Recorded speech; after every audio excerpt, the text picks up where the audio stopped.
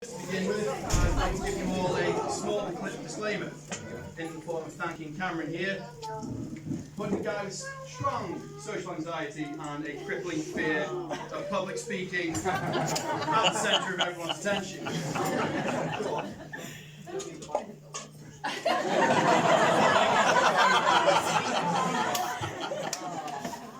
Thanks, Cameron. I really appreciate it. Right, I don't need the mic. So if I stutter and stammer, or if I pass out, I do apologise in advance. Next, I'd like to give you all a bit of information. Can't take the mic, I don't need it. I'm so confident right now. I am, I've had 3 beers. Next, I'd like to give you all a bit of information that should hopefully help you through the rest of this lovely evening. First off, I'd highly suggest that everyone remains on their best behaviour. Or Helen here, the lovely mother of the bride, may have a few stern words to throw your way.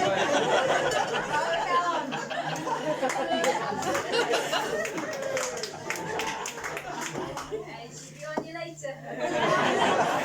This evening's security/bouncer is in the form of Mr. Martin Bland here, Taekwondo master.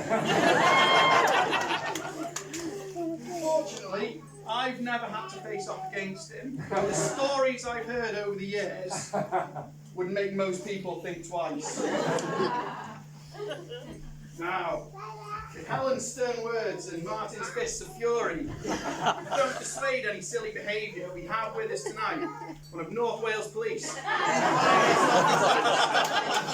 DC O'Neill.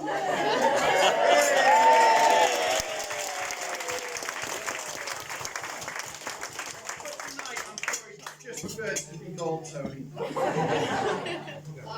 Now, don't let his calm demeanour deceive you. Because you could find yourself sat upon, much like the last person he arrested. Or you could possibly just call in a favour and you could find yourself clapped in irons. And finally, we have our first aider and or nurse. First aider then, Kath, who from time to time I do affectionately call Mummy Bland. Fortunately for those willing to brave Martin and Tony, Kath is well versed in dealing with roundhouse kicks to the face and other such injuries, such as drunken burnt hands.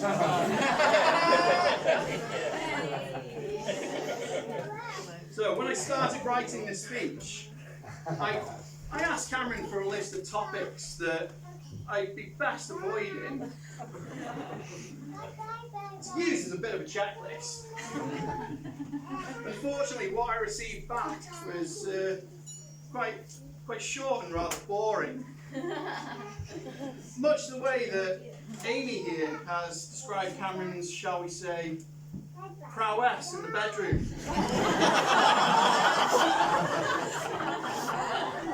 All that thereof, basically.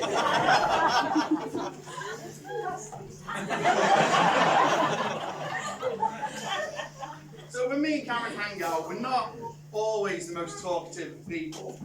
And I put this down to the fact that we think quite similarly. And so much so that I've narrowed it down to probably about 3 thoughts that we have in common quite often. Don't need that anymore. Number 1 is, when will the food be ready? And as you might be able to tell by looking at me, this is my most common thought. Number 2 is it too soon to open another beer? As a lot of you know Cameron, this is his most common thought. But this third thought, is always at the back of our minds, and a good reason, and that is, how is Amy going to ruin this movie for us?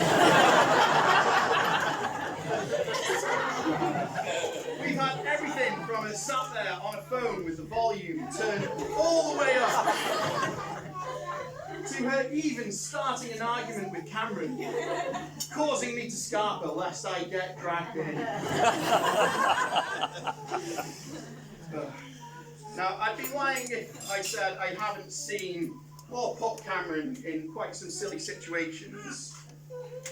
From the countless times that we've shaved his head,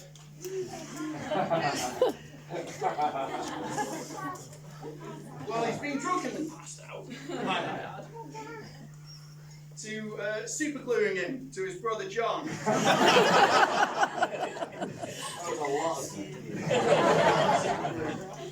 So I'm sure in the years to come, many, many more idiotic ideas will happen, which I'm positive that we're going to have Amy questioning why she married this Indian.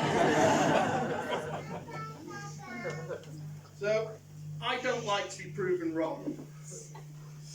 And in the 12-ish years that me and Cameron have been friends, he's never proven me wrong. Until today, I had my doubts about Cameron and Amy making it this far. They've had their trials and their arguments, and at times I've thought they might break up. But with today, I never thought I'd say this, Cameron, but you finally proved me wrong. And I couldn't be any happier.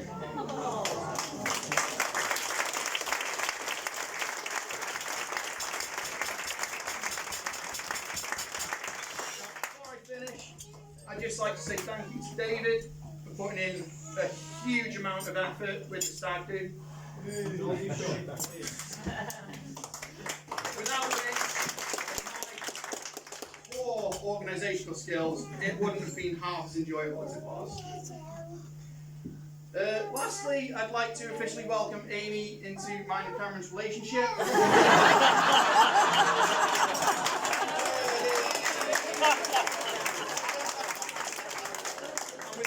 I ask you all to raise your glasses.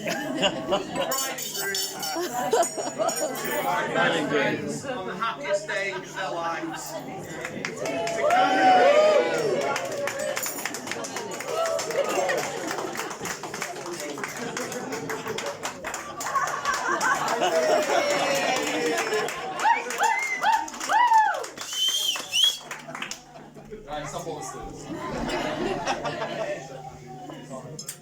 Excellent.